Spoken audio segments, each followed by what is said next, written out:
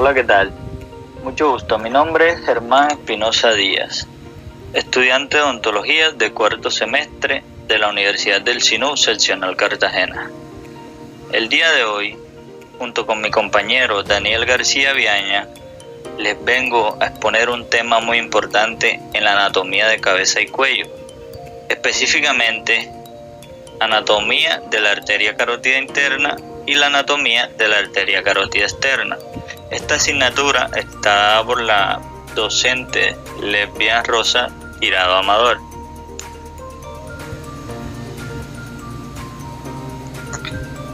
Debemos tener en cuenta que la arteria carótida interna y la arteria carótida externa son bifurcaciones derivadas de la arteria carótida común, la cual se origina a partir del tronco brachiocefálico en el lado derecho y directamente del arco aórtico en el lado izquierdo.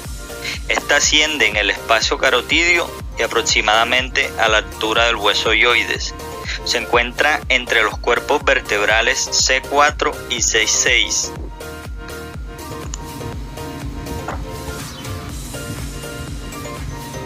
Encontramos en la arteria carótida interna, esta se divide anatómicamente en 7 segmentos.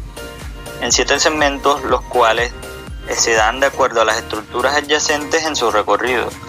Estas estructuras son las siguientes: C1 o cervical, C2 o segmento petroso, C3 rasgado o lacerum, C4 cavernoso, C5 clinoideo, C6 oftálmico y C7 comunicante.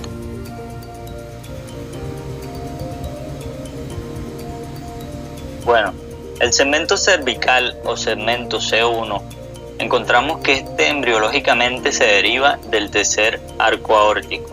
Los segmentos que se encuentran comprendidos de C2 a C7 son extensiones cefálicas de la aorta dorsal embrionaria.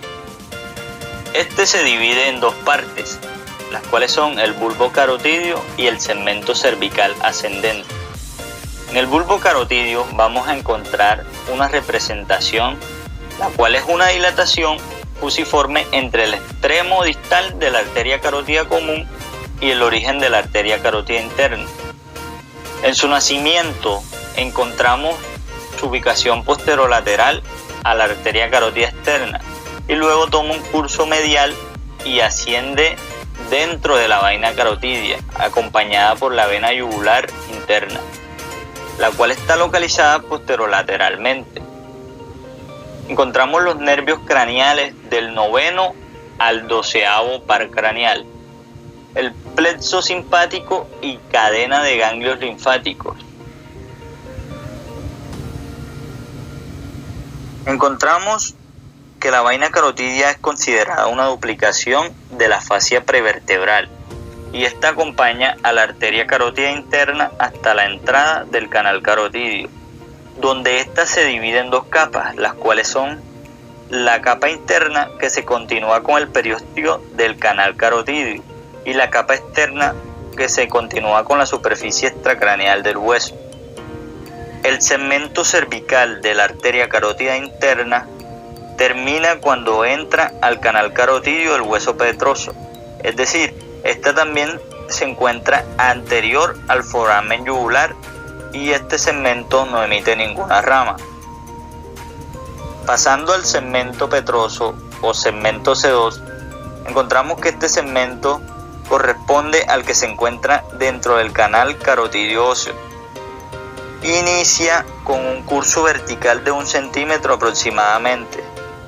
Para cambiar de orientación, este forma un asa o rodilla posterior y continúa con una orientación horizontal, medial y ligeramente cefálica, para así emerger de la porción petrosa del hueso temporal que se encuentra cerca de su ápice y formar la rodilla anterior. En este segmento se originan 2 ramas, las cuales son la rama de la arteria carotidotimpánica y la arteria vidiana o del canal pterigoideo. La arteria carotidotimpánica irriga la cavidad del oído medio y puede tener anastomosis con la rama timpánica de la arteria faríngea ascendente.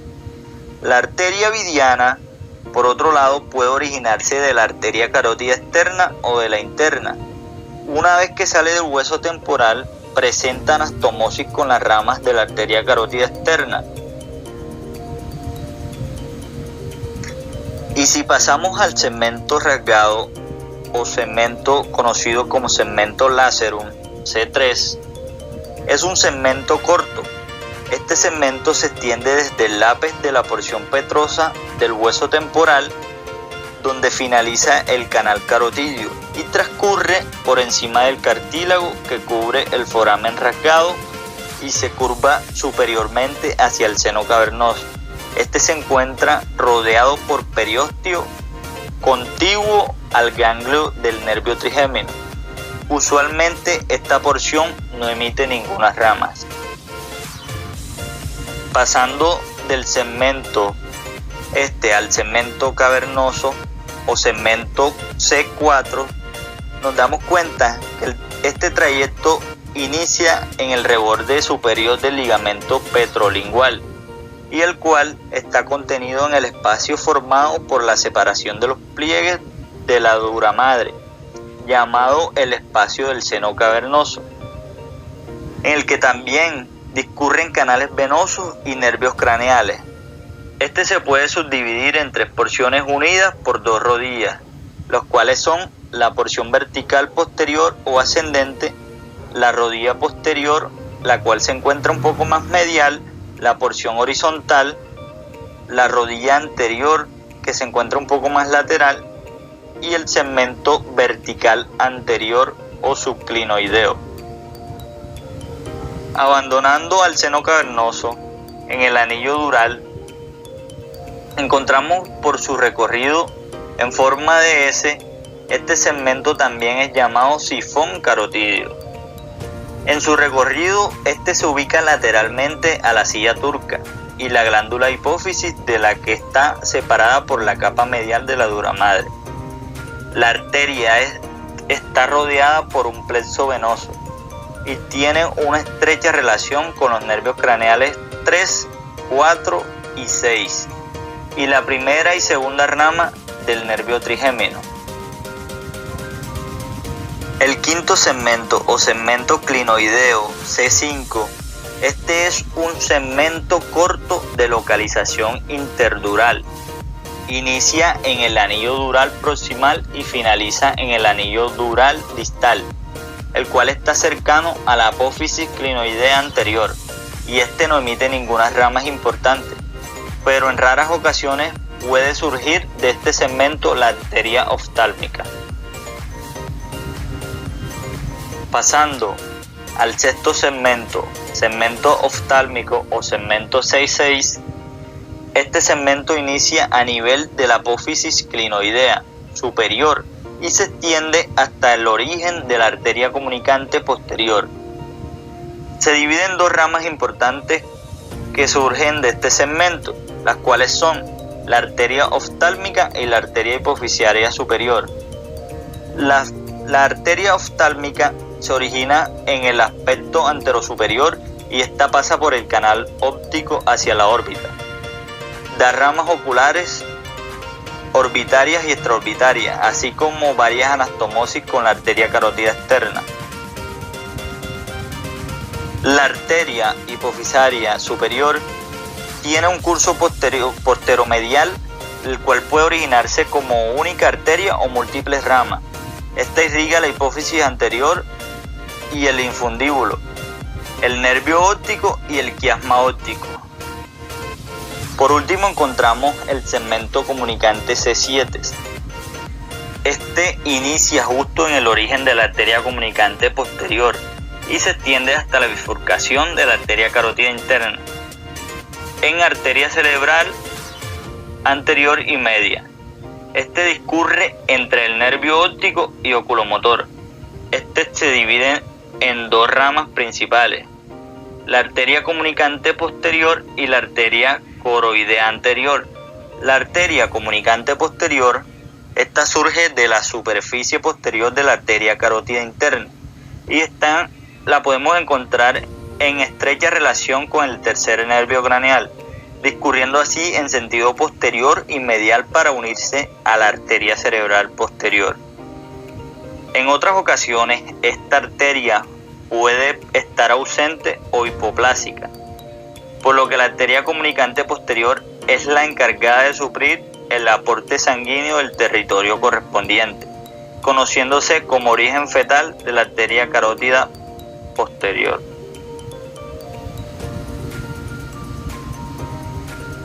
La arteria coroidea o la arteria coroidea anterior presenta un trayecto orientado en sentido posteromedial, luego gira superolateral hacia la cisterna supracelar y entra en la cisura coroidea, continuándose por el asta temporal, y esta irriga el plejo coroideo, la cara medial del lóbulo temporal, los ganglios basales y la cápsula interna posterior-inferior. Bueno, la arteria carótida externa. En cuanto a la arteria carótida externa, encontramos que es la arteria de menor calibre de las dos ramas terminales. Esta se encarga de la irrigación de gran parte de la cabeza y el cuello. Esta es la arteria de la cara y de los tegumentos de la cabeza y se encuentra opuesta a la arteria carótida interna.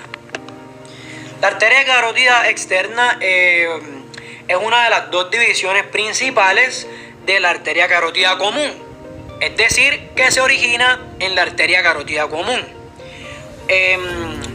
Esta es una de las arterias con mayor relevancia en el sistema cardiovascular. Esta arteria emerge del arco aórtico a la izquierda y de la arteria brachiocefálica a la derecha. Asciende al lado del cuello dentro de la vaina carotidia, que se encuentra justo después del músculo esternocleidomastoideo. La bifurcación, es decir, esa división a partir de la arteria carótida común, esa división en arteria carótida externa e interna, se produce a nivel del cartílago tiroides, en la laringe. La arteria carótida externa es la única división de la arteria carótida común que emite ramas en la región del cuello y suministra sangre a estructuras externas de la cabeza y de la cara. En esta arteria es posible tomar el pulso sanguíneo, que es conocido como pulso carotidio. Presionamos ligeramente con los dedos índice y medio en la parte lateral superior del cuello, justo debajo del ángulo de la mandíbula, que se conoce como punto gonio.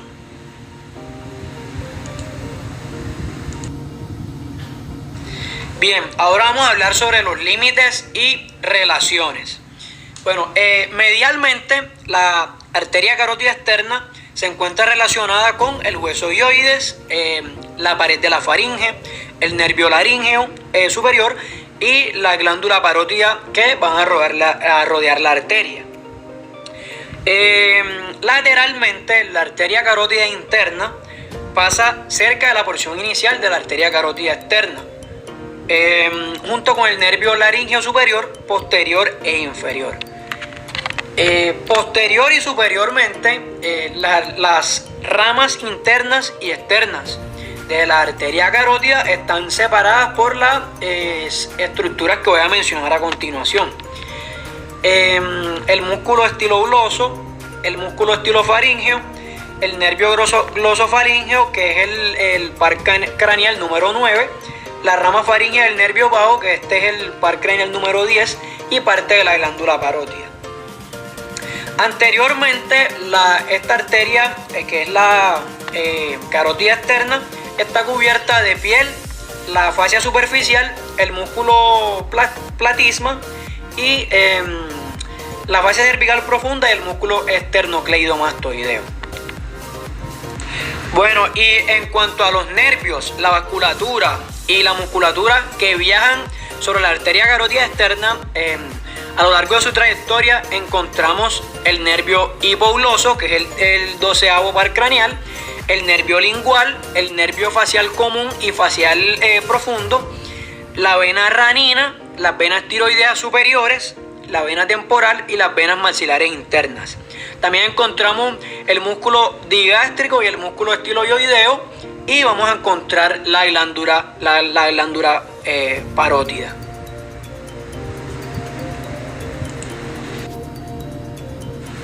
Ahora bien, en cuanto al trayecto, la glándula carótida externa emerge de la bifurcación carotidia, como dije anteriormente, de la bifurcación de la carótida común.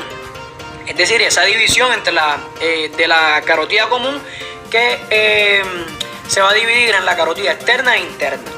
Encontramos que esta bifurcación se da en el borde superior del cartílago tiroides, a la altura de la cuarta vértebra cervical, que es conocida también como C4.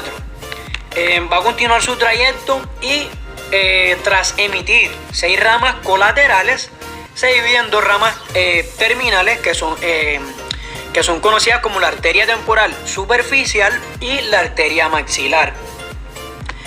Bueno, en este trayecto de la arteria carótida externa vamos a apreciar 2 porciones.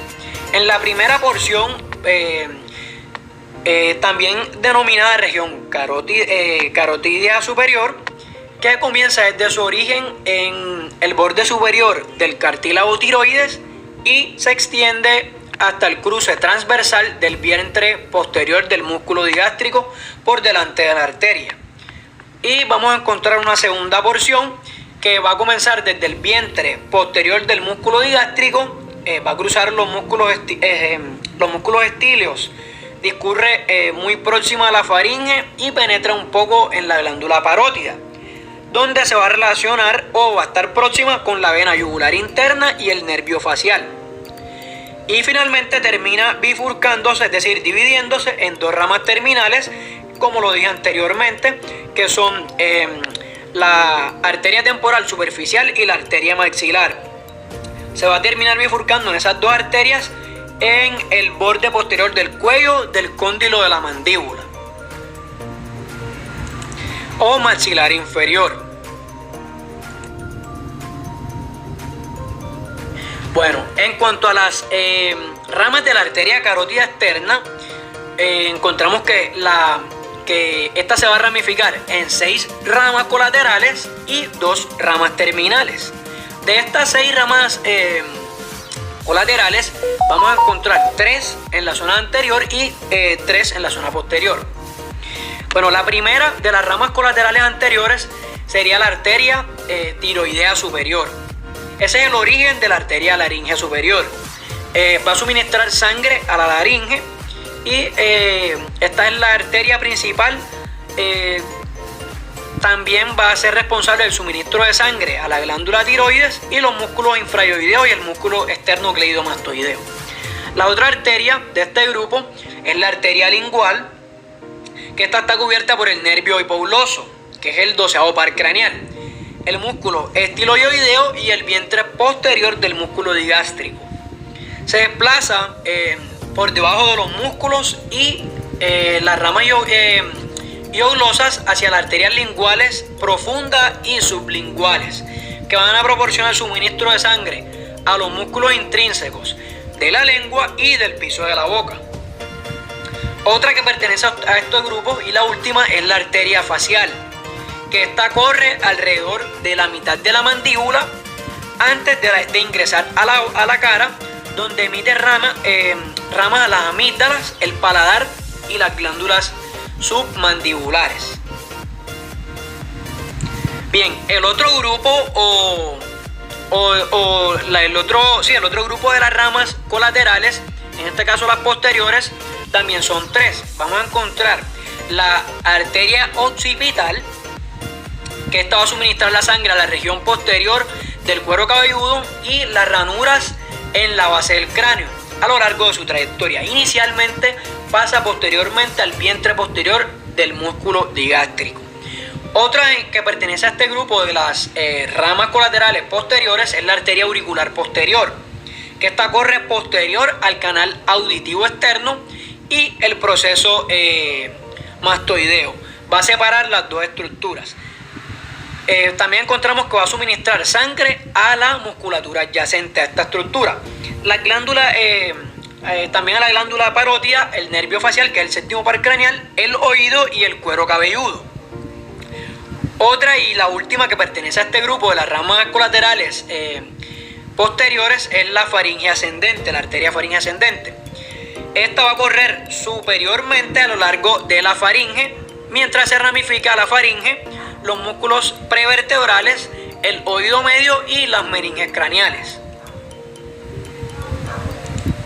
Bien, finalmente encontramos las ramas terminales, que son solamente dos, la arteria maxilar y la arteria temporal superficial. En cuanto a la arteria maxilar, encontramos que esta es la mayor de las dos ramas terminales que pueden proceder una de la otra. Sus ramas proporcionan suministro de sangre para el canal auditivo externo, la membrana timpánica, el músculo temporal, la mandíbula, los dientes, la dura madre, el músculo pterigoideo, el músculo macetero y el músculo bucinador. En cuanto a la arteria temporal superficial, vamos a encontrar que esta irriga solo la región temporal del cuero cabelludo. Y ya que es la rama terminal más pequeña y no tiene ramas o divisiones con nombres adicionales.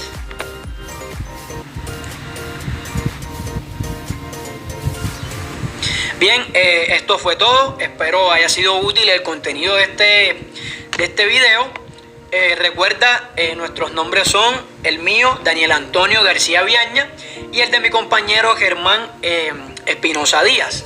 Nosotros somos estudiantes de cuarto semestre de la Universidad de El Sinú, Elías Bellara Zainún. Somos estudiantes de odontología y esta asignatura tiene por nombre Morfología de Cabeza y Cuello y es dictada por la doctora Lesbia Tirado Amador. Muchísimas gracias y espero tengan un buen resto de día.